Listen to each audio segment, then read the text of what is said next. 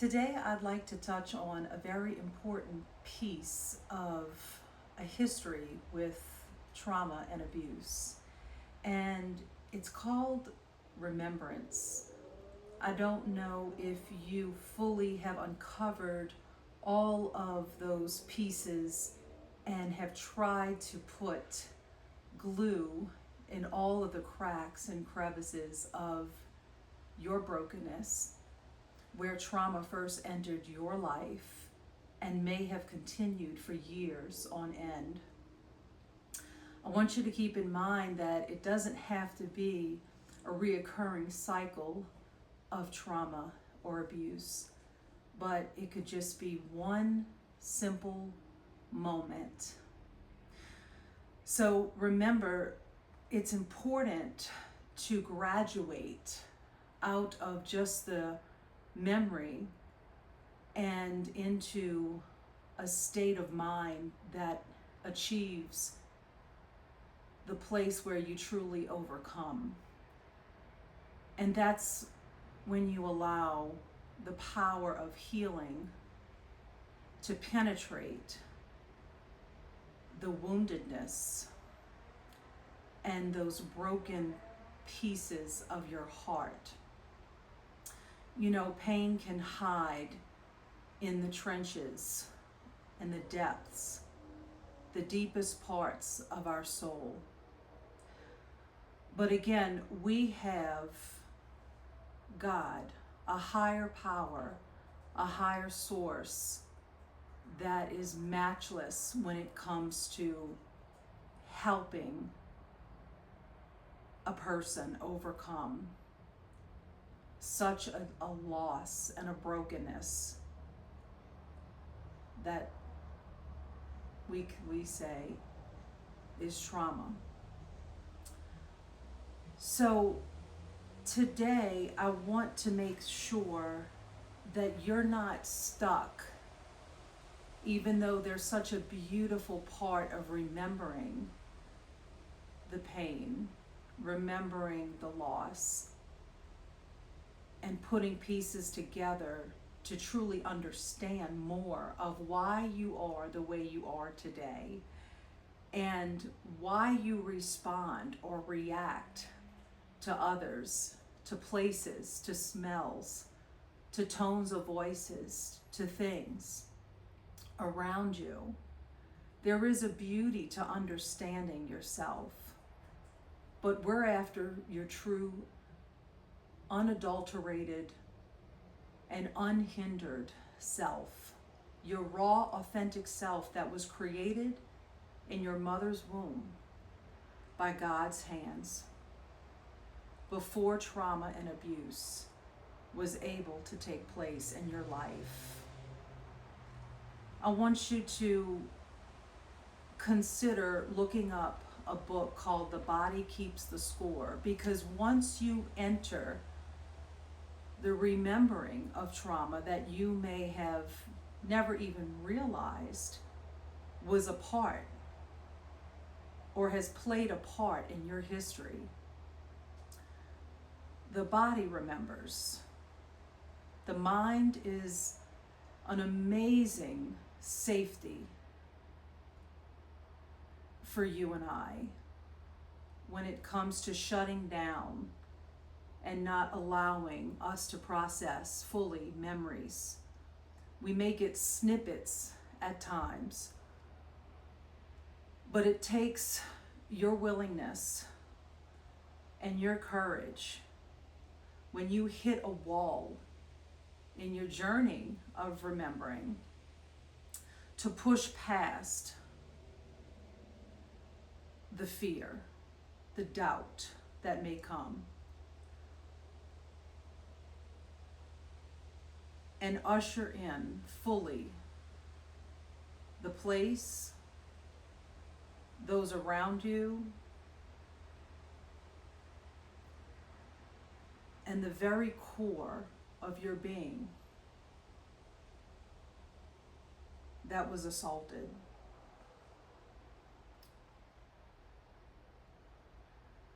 So I want you to, if you haven't already, to give your mind your soul, your spirit, your body permission to fully remember, but being patient, always being gentle with yourself, being kind to yourself,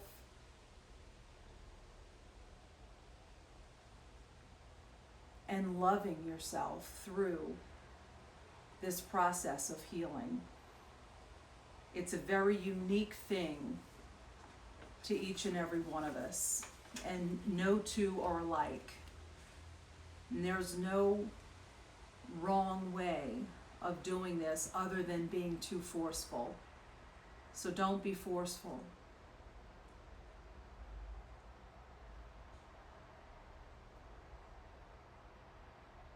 I want you to listen to something that I wrote in my book, The Molester's Hand, about a child that started to remember and how his body actually started to remember as he was remembering. And I also want you to ponder and recollect times in your life where you're not only understanding those pieces and those fragments, the brokenness, and not staying in that realization that may bring you comfort as to why you have arrived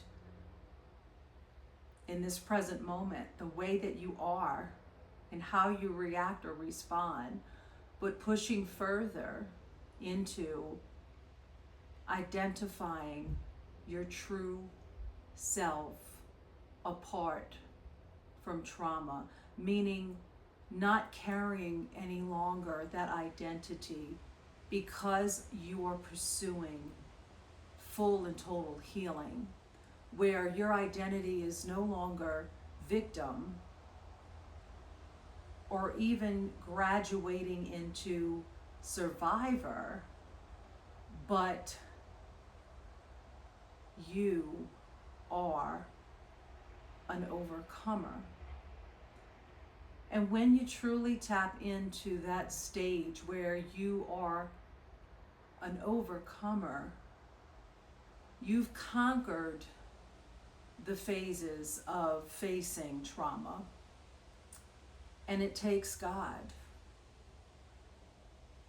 It takes a higher power to reach into those places, the depths of your soul, and to pull out the chains and the tentacles that have warped and have wrapped themselves in those crevices, those deep places of your heart, deforming you for many, sometimes decades of your life. So we're moving past enlightenment, we're moving past understanding, connecting dots. We're not going to stay there. We're not going to be content with numbing ourselves, but we're going to go after the road to redemption.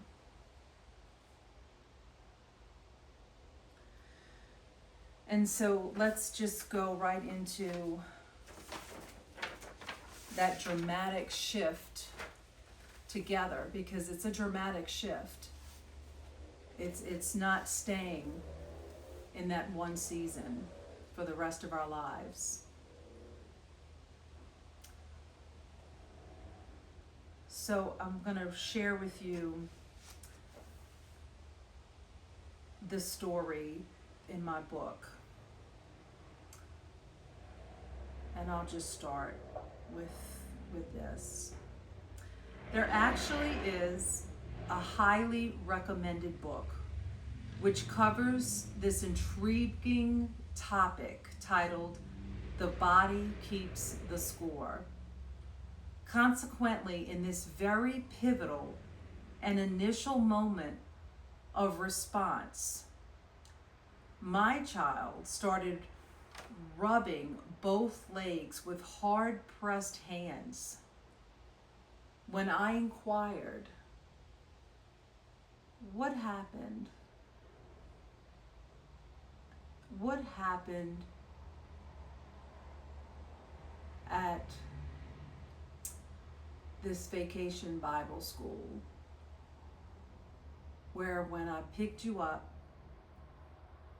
you were sitting on side of an older gentleman and there was a blanket covering your legs and his legs. And I remember my child sheepishly looking down and grinning, looking back at me and squinting and starting to rub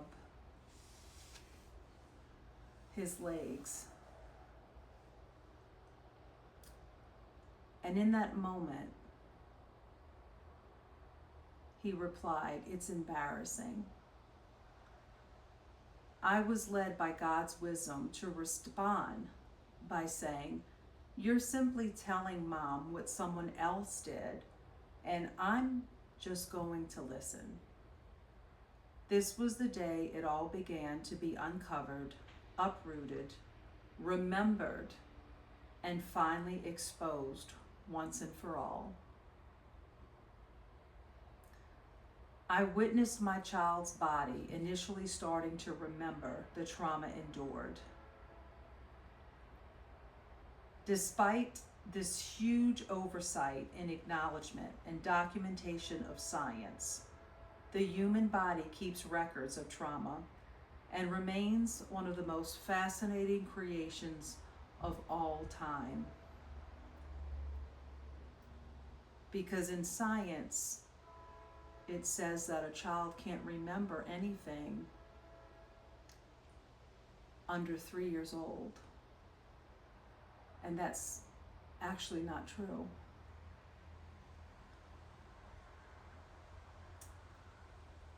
Why do you think that wouldn't be true? Because of the wounding of our spirit.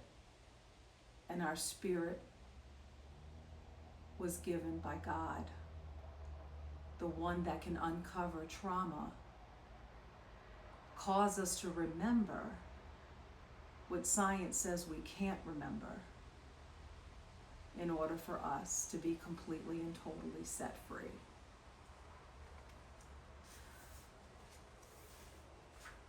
As my child continued to speak,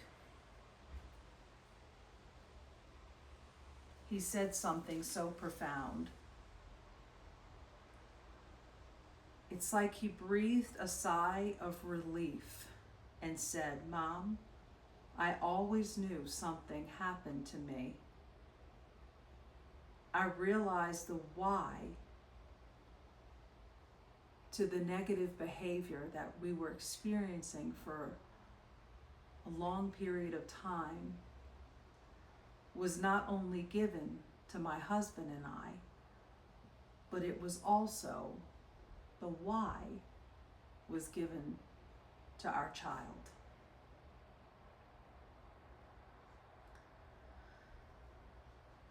Sexual sin and abuse is a sin that is as old as time.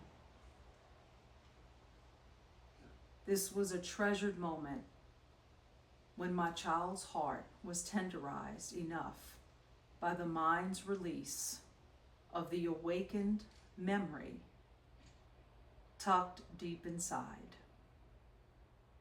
A contentment shown through the vulnerability and a resounding concluding of facts. That's when the torment had ceased in our home, and healing was beckoning us like a sunset, chasing away a thunderstorm. I want to invite you in, if you are still or have never yet been fully in that stage of remembrance. And I want to encourage you to not only stay there, content and peaceful, like a thunderstorm passing and the glorious sunbeams shining through, but to push even further through your story and graduate into not only fully understanding yourself and your story, but turning your story into a testimony where you are no longer a victim, you're no longer just a survivor, but you're now an overcomer.